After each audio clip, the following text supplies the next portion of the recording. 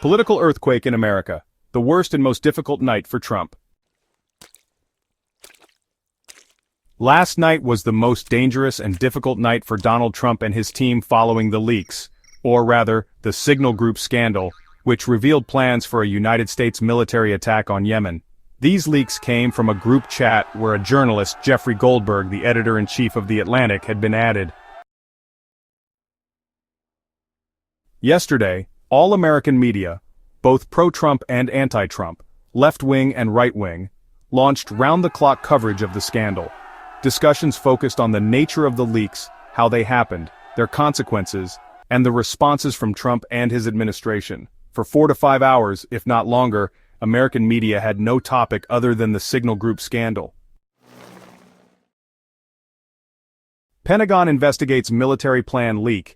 The United States Department of Defense, or Pentagon, announced an investigation into the leak of military plans on a commercial messaging app, according to official sources. During a press conference, Trump was questioned about the leaks published by The Atlantic. He dismissed the story, saying, "Trump, VO. I don't even know if The Atlantic is still in business. This is the first time I've heard about it.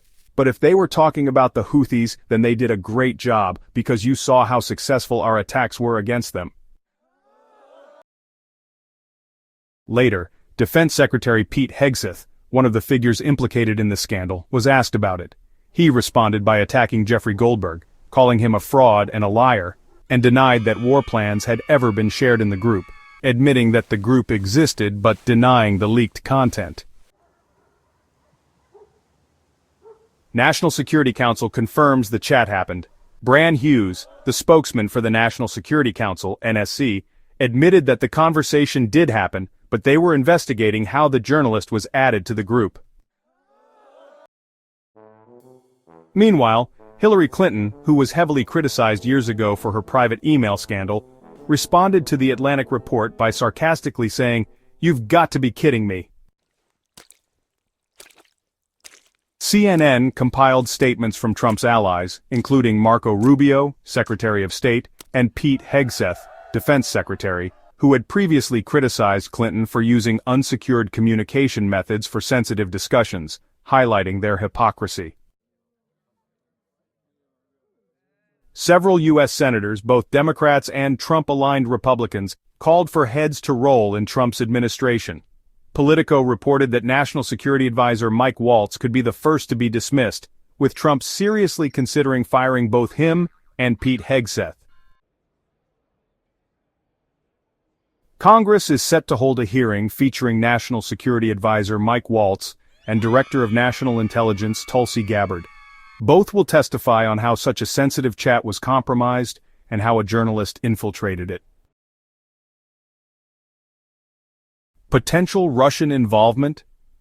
One of the most shocking revelations was that Steve Witkoff, Trump's envoy to the Middle East, was present in the chat during the planning discussions.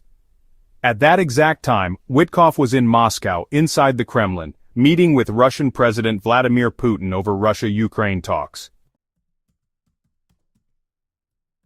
This has raised a critical question. Did Witkoff's connection to Kremlin Wi-Fi allow Russia to access U.S. national security discussions? A national security catastrophe. The scandal raises major security concerns. The use of an unsecured messaging app for sensitive military discussions, a violation of the Espionage Act, which governs classified information handling. Failure to use secure briefing rooms, known as SCIFs, for military planning. Exposing American pilots, intelligence officers, and military leaders by leaking their names and targets. Was this leak intentional? A new theory emerging suggests that Trump's team deliberately allowed these leaks to serve their strategic interests regarding Europe, Iran, Egypt, and the Middle East. However, CNN has countered this, arguing that the leak was due to Trump surrounding himself with amateurs and incompetent officials, leading to catastrophic consequences. The fallout continues. This is a political earthquake, and the coming days will reveal how deep the crisis goes and whether Trump can contain the damage.